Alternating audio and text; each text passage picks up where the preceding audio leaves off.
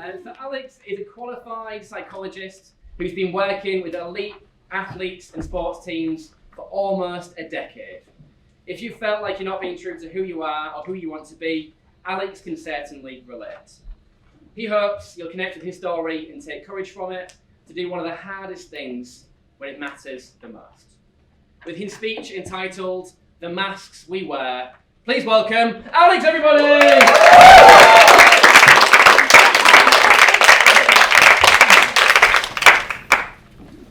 Sometimes it's not the person who changes, it's that the mask falls off. Hi everyone, I would like to take you back in time with me for a moment to 2012, just ahead of my very first cage fight. So we're sitting there, ringside, watching the fight just ahead of mine. These two guys are going at it when one of them hits his opponent so hard that he crashes to the canvas and a little bit of his blood flies past us.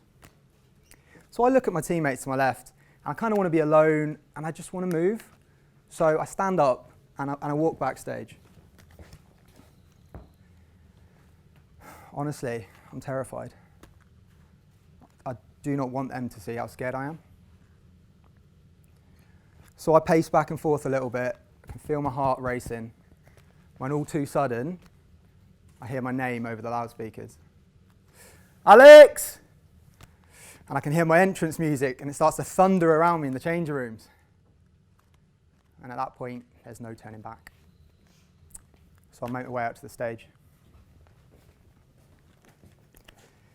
Now, 8 or so minutes later, I have my hand raised by the ref in victory, so I did get the result. But I didn't necessarily enjoy it. And there'd been many experiences like that over the years that I hadn't fully enjoyed because I hadn't fully embraced them. I hadn't been fully open to them. I'd been masking something, masking my feelings, my opinions, just a part of myself. And it made me realise it was under times of stress or pressure where I felt anxious or a little bit vulnerable that I'd be putting on a mask. So in the fight, it was my tough guy mask. But I had a few others as well. I had the people pleaser mask. I had the I must be perfect mask. And it felt like they were keeping me safe in those moments, when in reality they were weighing me down because they were stopping me really connecting with the people around me. But then something changed. I found this new group of people who supported me without judgment. And over time I started to feel safe enough to drop the mask a little bit. So I could take off my tough guy mask and actually show them how I was feeling, if I was feeling nervous, like I am a bit right now. I could take off the must be perfect mask and put my hand up if I'd made a mistake or if I just didn't get something. And I could take off the people pleaser mask and even disagree with them if I had an opinion that was different to theirs. And over time I was able to just drop the mask completely and be myself. And it was through those experiences that I found myself more able to connect with those around me.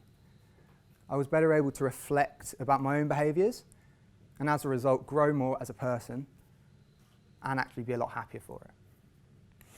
So really my message to you guys is if you notice yourselves maybe enjoying experiences a little bit less, perhaps feeling disconnected from some people around you, maybe even a sense of feeling a little bit alone or isolated, perhaps you're wearing a mask.